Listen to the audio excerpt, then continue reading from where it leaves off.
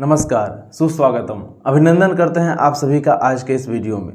दोस्तों, आज का यह वीडियो परीक्षाओं के दृष्टि से बहुत ही महत्वपूर्ण है, क्योंकि यहाँ से परीक्षाओं में प्रायः प्रश्न आते रहते हैं।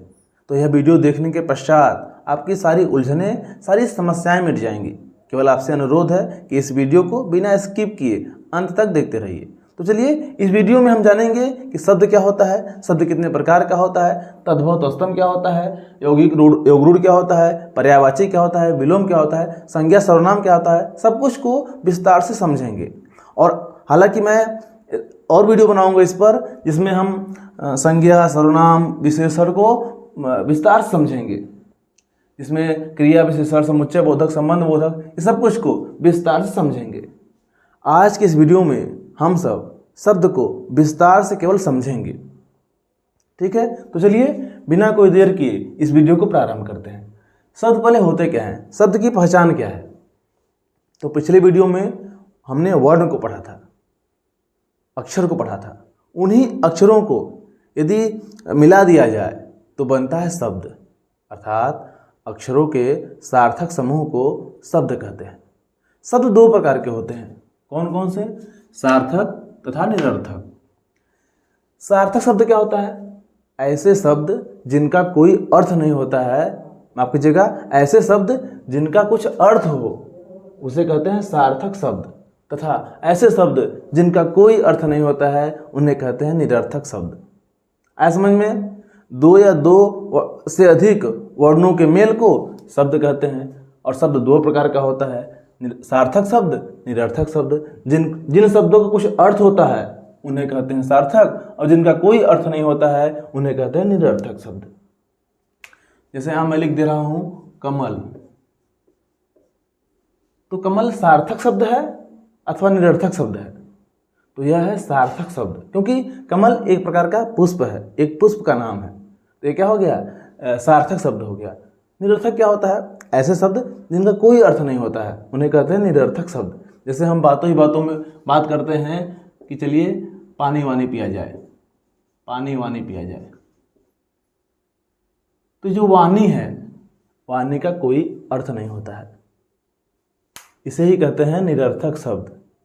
जैसे खाना वाना, तो वाना कोई अर्थ नहीं होता है, वाणी कोई अर्थ नहीं होता है, इसी को बोलते हैं निरर्थक शब्द। ठीक है। अब देखिए, जो सार्थक शब्द होते हैं उनके कई प्रकार होते हैं। निरर्थक शब्द का कोई प्रकार नहीं होता, क्योंकि यह शब्द का कोई अर्थ नहीं होता। जो सार्थक शब्द होता है ना, उसके कई प्रकार होते हैं। उत्पत्ति के आधार पर, रचना बनावट के आधार पर, अर्थ के आधार पर, विकार के आधार पर। तो ध्यान से वीडियो देखते रहिए, हम सबको समझेंगे आसानी से। कोई दिक्कत की बात नहीं, कोई समस्या नहीं। इस वीडियो को देखने के पश्चात आप संतुष्ट हो जाएंगे। देखिए, सार्थक शब्द उत्पत्ति के आधार पर कितने प्रकार के होते हैं? 5 प्रकार के होते हैं। कौन कौन? तद्भव, तत्सम, देशज, विदेशज तथा संकर शब्द। होते क्या है ये? आइए देखते हैं। तद्भव तत्सम ये क्या होता है? देखिए, हिंदी के अधिकतर शब्द या सभी शब्द संस्कृत से लिए गए हैं, और यदि संस्कृत से लिया गया शब्द हम उसी प्रकार हिंदी भाषा में प्रयोग करते हैं तो उसे कहते हैं तत्सम। और यदि संस्कृत से लिए गए शब्दों को हम अपने अनुसार भाव निकाल करके उसमें परिवर्तन ला करके प्रयोग करते हैं हिंदी में ना, तो उसे कहते हैं तद्भाव। इसके नाम से ही आप जान सकते हैं, भाव अर्थात भाव निकाल करके, सम अर्थात समान, तत् अर्थात उसी के समान। यानी संस्कृत से लिए गए शब्दों को उसी के समान, बिना कोई बदलाव के हम हिंदी भाषा में प्रयोग करें ना, तो उसे कहते हैं तत्सम। जैसे सूर्य,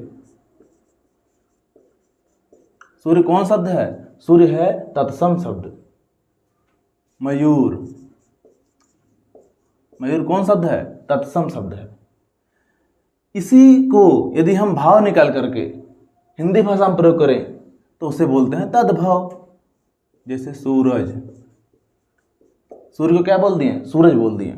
मयूर को क्या बोल दिए? मोर बोल दिए। गांव देहात में जो उम्रदराज महिलाएं होती हैं वह कठिन नामों को नहीं ले पाती हैं, तो अपने अनुसार भाव निकाल कर बोल देती हैं, उसे बोलते हैं तद्भाव।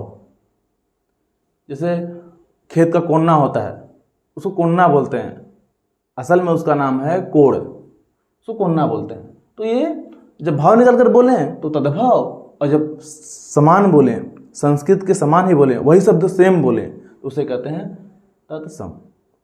ठीक है, अब ये देखते हैं देशज शब्द क्या होता है। देशज शब्द क्या होता है? अच्छा, देशज शब्द को हम देसी शब्द भी बोलते हैं। एक चीज समझ लीजिए, जिन शब्दों के बाद ज लगा रहे हैं ना, तो ज का अर्थ समझते हैं क्या होता है? ज अर्थात उत्पन्न होने वाला, पैदा होने वाला। तो देशज, देश में पैदा होने वाला, यानी अपने देश में उत्पन्न भाषा को, जो अपने देश में बोलचाल में आ गया हो, उसे कहते हैं देशज शब्द। जैसे जैसे लोटा, लोटा हो जाएगा देशज शब्द। ये गांव देहात में अधिकतर इसका प्रयोग होता है। खटिया हो गया, ये सब कैसा शब्द है? ये सब है देशज शब्द। विदेशज, बिल्कुल वही चीज, विदेश, ज माने उत्पन्न होने वाला, विदेशज विदेश में उत्पन्न होने वाला।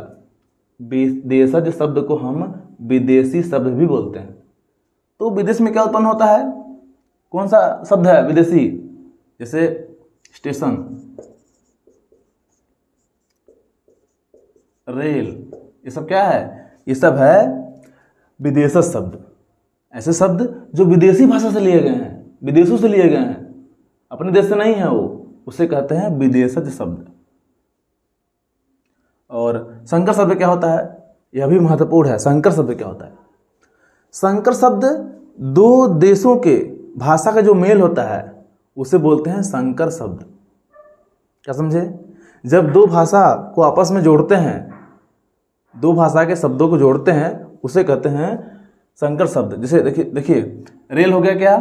विदेशी शब्द। एक अपना शब्द जोड़ दीजिए अपने देश का, गाड़ी जोड़ दीजिए, क्या हो जाएगा? रेल गाड़ी। रेल हो गया विदेशी और ये क्या हो गया? अपने देश का। क्या हो गया? रेलगाड़ी। संकर शब्द हो गया ये। संकर शब्द अर्थात जब एक दो अलग अलग भाषाओं का जो मेल होता है उसे कहते हैं संकर शब्द। उसमें एक देसी हो सकता है, एक विदेशी हो सकता है। ठीक है, जैसे सिनेमा क्या है? सिनेमा विदेशी शब्द है, इसमें घर जोड़ दीजिए तो क्या हो जाएगा? ये संकर शब्द हो जाएगा। ठीक है, आप ध्यान दीजिए, रूढ़ शब्द क्या होता है? रूढ़ शब्द क्या होता है? ऐसे शब्द जिनको तोड़ने पर वो कोई अर्थ न दें, उन्हें कहते हैं रूढ़ शब्द। क्या समझे?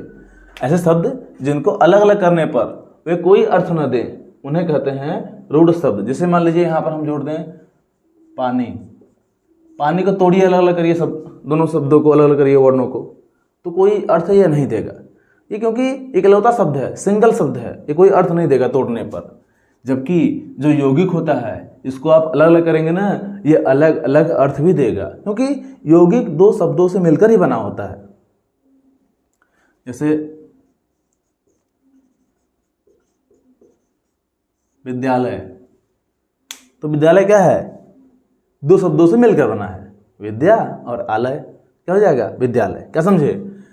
यौगिक अर्थात जब दो शब्द मिलते हैं तो यौगिक शब्द कहलाते हैं। इसमें दो अर्थ है, एक विद्या, एक आलय। विद्या मतलब घर और आलय अर्थात, माफ कीजिएगा, विद्या अर्थात विद्या और आलय का मतलब होता है घर, यानी विद्या का घर। ठीक है, इनको तोड़ने पर ये कोई अर्थ नहीं देंगे, इनको तोड़ने पर ये अलग अलग अर्थ देंगे, क्योंकि ये दो अलग अलग शब्दों से बने होते हैं। योगरूढ़ क्या होते हैं?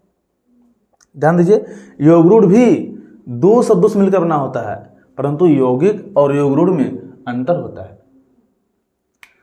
ध्यान दीजिए, जैसे मैं लिख दे रहा हूं चतुर्भुज, चतुर्भुज लिख दे रहा हूं, तो चतुर्भुज का मतलब क्या होता है? चतुर्भुज का मतलब होता है चार भुजाओं वाला, चार भुजा। परंतु इसका अर्थ क्या हो जाएगा? इसका भगवान विष्णु हो जाएगा। परिभाषा क्या हो जाएगा योगरूढ़ का?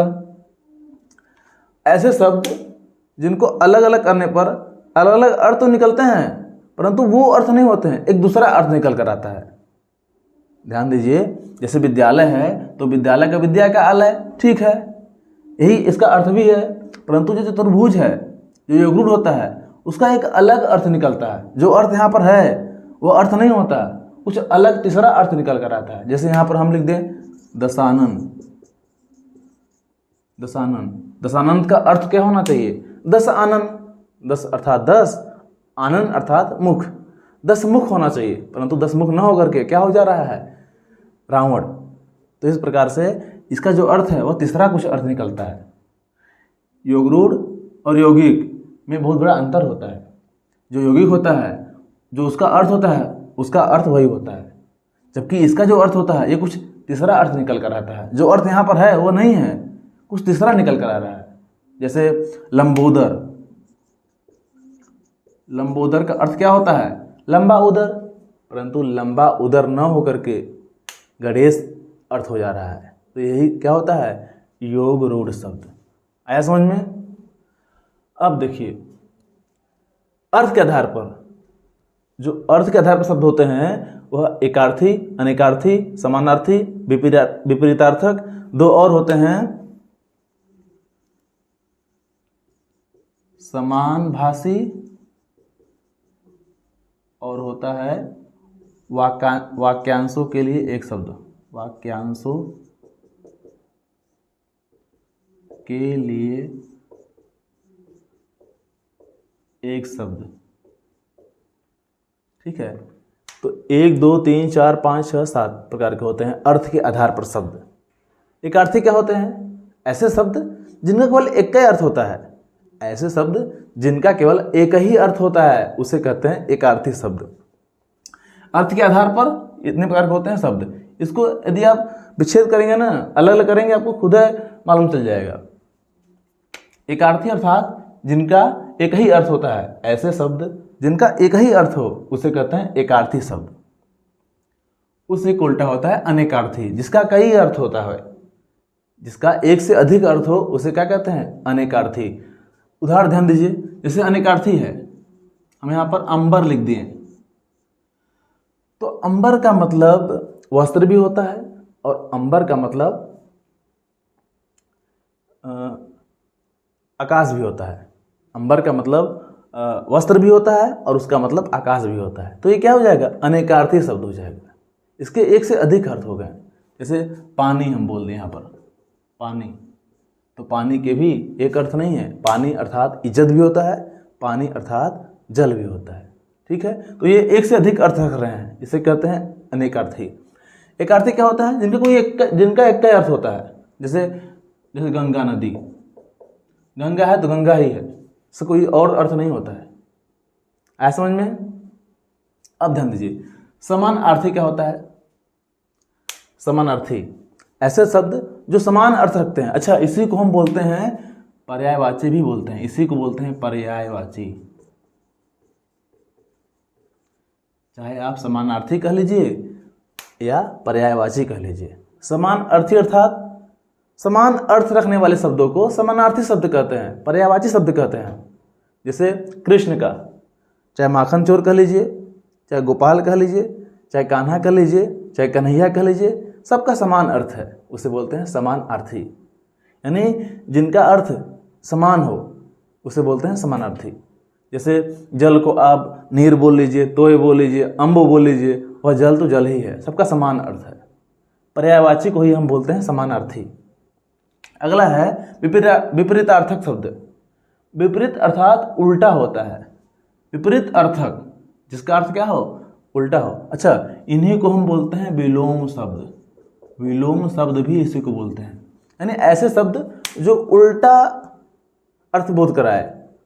शब्द है उसका उल्टा जो बोध कराए उसे बोलते हैं विलोम शब्द। जैसे दिन का विलोम क्या हो जाएगा? रात, ठीक है।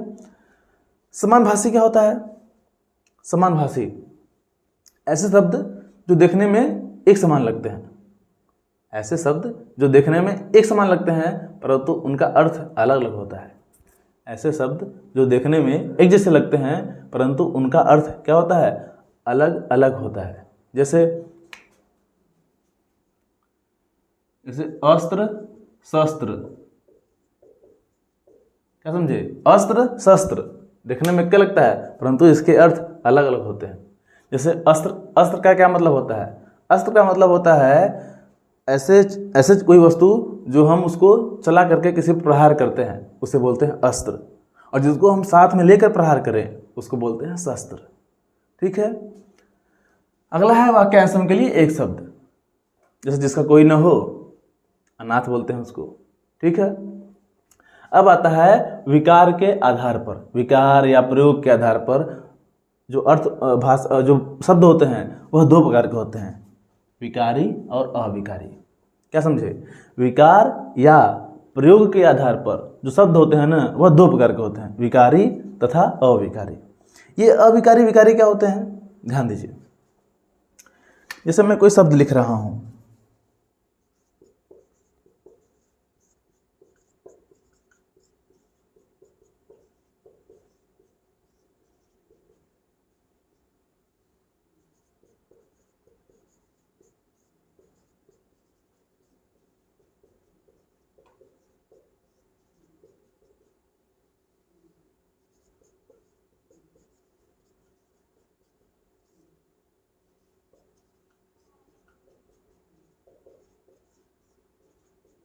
हो सकता है आपको यह ना दिखाई दे। यहाँ हम लिखे हैं लड़कियां तेज दौड़ती हैं।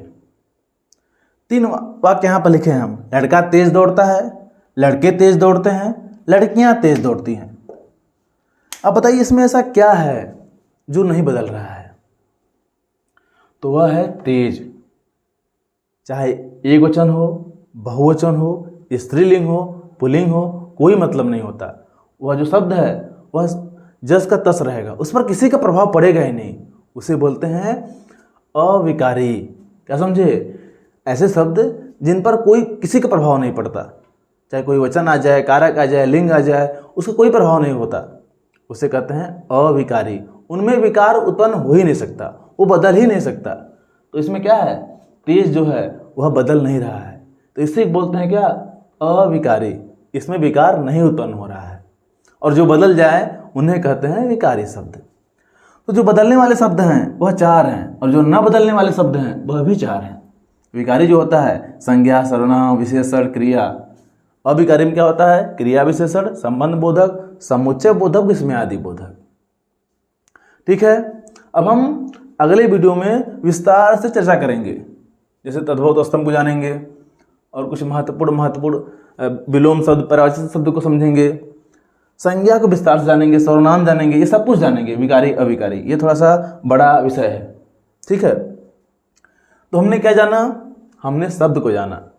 2 या 2 से अधिक वर्णों के मेल को शब्द कहते हैं। यह 2 प्रकार के होते हैं, निरर्थक, सार्थक। जो सार्थक होते हैं उनका अर्थ होता है, और जो निरर्थक होते हैं उनका कोई अर्थ नहीं होता है। सार्थक के कई प्रकार होते हैं शब्दों के। उत्पत्ति के आधार पर इतने हो गए, रचना बनावट के आधार पर इतने हो गए, अर्थ के आधार पर इतने हो गए, विकार के आधार पर 2 हो गए। तद्भव, यदि संस्कृत के लिए शब्दों को, संस्कृत से लिए गए शब्दों को हम भाव निकालकर हिंदी भाषा में प्रयोग करें, उसे बोलते हैं तद्भव। यदि संस्कृत शब्दों को उसी के समान हिंदी भाषा में बिना बदलाव के प्रयोग करें, उसे कहते हैं तत्सम। सूर्य, मयूर हो गया। देशज, अपने देश के शब्दों को देशज कहते हैं। विदेशी शब्दों को विदेशी शब्द कहते हैं। संकर शब्द, जब 2 देशों के शब्दों को जोड़ते हैं, मिलते हैं साथ में, उसे बोलते हैं संकर शब्द। जैसे रेलगाड़ी, रेल विदेशी शब्द है और गाड़ी अपने देश का, क्या हो गया, रेलगाड़ी। सिनेमाघर। रूढ़ क्या होते हैं, ऐसे शब्द जिनको अलग करने पर कोई अर्थ ना दे, उन्हें बोलते हैं रूढ़ शब्द। यौगिक क्या होते हैं, 2 शब्दों को जो मिलाते हैं उसे कहते हैं यौगिक शब्द। इन शब्दों को अलग करेंगे ना तो अलग अलग अर्थ भी देंगे। योगरूढ़ क्या होता है, ऐसे शब्द जिनका जो अर्थ होता है वह न होता है बल्कि तीसरा अर्थ निकल कर आता है, उसे कहते हैं योगरूढ़ शब्द। अर्थ के आधार पर भाषा जो शब्द होता है वह 1, 2, 3, 4, 5, 6 प्रकार का होता है। एकार्थी, जिसका एक अर्थ होता है उसे एकार्थी बोलते हैं। जिसका कई अर्थ होता है, एक से अधिक अर्थ होता है, उसे बोलते हैं अनेकार्थी। समान अर्थ बताने वाले शब्दों को समानार्थी शब्द कहते हैं। इसी को पर्यायवाची शब्द भी बोलते हैं। विपरीतार्थक अर्थात विलोम शब्द। उल्टा बोध कराने वाले शब्दों को विलोम शब्द कहते हैं। समान दिखने वाले शब्दों को समानभाषी कहते हैं। और कई वाक्यों के लिए जब एक शब्द आता है उसे बोलते हैं वाक्यांशों के लिए एक शब्द। विकार और प्रयोग के आधार पर शब्द जो होते हैं वह दो प्रकार के होते हैं, विकारी और अविकारी। विकारी क्या होते हैं? ऐसे शब्द जो जिनमें विकार उत्पन्न हो जाए, जो बदल जाए, उसे बोलते हैं विकारी शब्द। और जो न बदले उसे कहते हैं अविकारी। हमने उदाहरण दिया, लड़का तेज दौड़ता है, लड़के तेज दौड़ते हैं। लड़का बदल गया, क्रिया बदल गया, परंतु तेज नहीं बदला है, इसे बोलते हैं अविकारी। अगले वीडियो में इसके बारे में जानेंगे विस्तार से। और आज के इस वीडियो को यहीं पर समाप्त करते हैं। उम्मीद करते हैं कि आज के इस वीडियो से आपको बहुत कुछ लाभ हुआ होगा, आपको यह वीडियो पसंद आया होगा। यदि ऐसा है तो लाइक कर दीजिए और अपने दोस्तों में इस वीडियो को शेयर करना कदापि न भूलें। चलिए मिलते हैं अगले वीडियो में। जय हिंद।